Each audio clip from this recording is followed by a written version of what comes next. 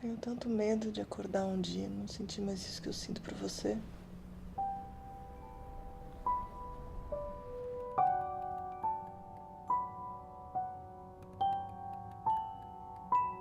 Você não vai falar nada? A gente pode conversar com mais calma à noite?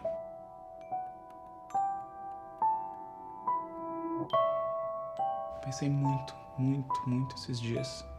E eu não quero me separar de você. Não sei, as pessoas marcam uma data pra casar. A gente marcou uma data pra se separar. A gente tá deixando eterno tudo que a gente sente, tudo que a gente viveu com amor. Morrer de saudade de acordar com você assim, sabia? Você é o grande amor da sua vida. Seu amor interrompido. Muito bom.